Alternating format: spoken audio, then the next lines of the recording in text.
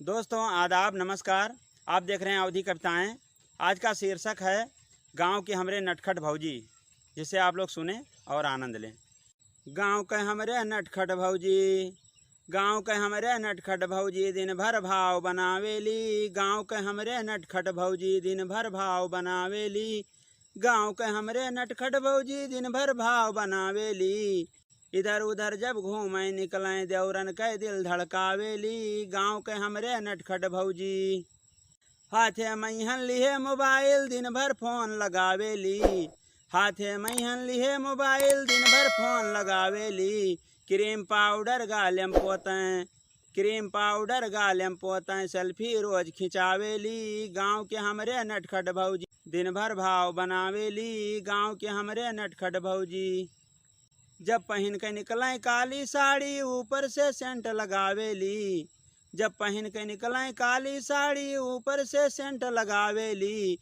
गांव के बच्चे बूढ़न के दिल में आग लगावेली। गांव के हमरे नटखट भौजी, गांव के हमरे नटखट भौजी दिन भर भाव बनावेली। गांव के हमरे नटखट भौजी केतना रोकें भैया भौजी के ठेंगा उन्हें दिखावेली। केतना रोके भैया भौजी के ठेंगा उन्हें दिखावेली। देवर कहिहन पास बुलावें, देवर कहिहन पास बुलावें साथे रोज घुमावेली। गांव के हमरे नटखट भौजी, गांव के हमरे नटखट भौजी दिन भर भाव बनावेली। गांव के हमरे नटखट भौजी शाम का आवें घूम घाम के खाना रोज मंगावेली। शाम का आवें घूम घाम के खाना रोज मंगावेली। पति देव से अपने बोलें, पति देव से अपने बोलें पानी रोज भरावेली। गांव के हमरे नटखट भौजी दिन भर भाव बनावेली। गांव के हमरे नटखट भौजी पूरा दहिया टूटे मेरी उनसे रोज बतावेली।